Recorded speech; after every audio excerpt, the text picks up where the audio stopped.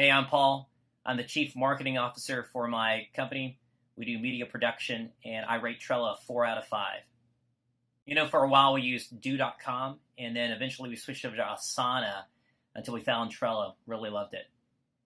Trello has a clean and simple interface, and that's one of the reasons we chose to use it.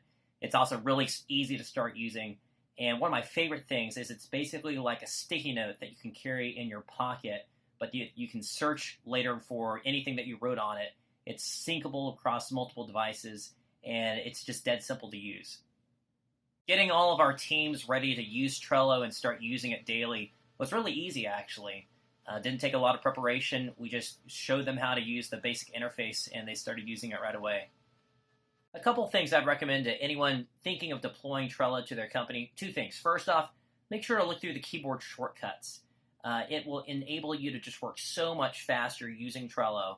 So take a look at those first. Second thing is go ahead and ask your staff to start using Trello in their daily lives. So now I'm not talking about work. I'm talking about just daily life, keeping track of your laundry, your to-do list, because you'll realize that, man, this is so easy to use in my daily life. Of course it makes sense to also use in my work life as well.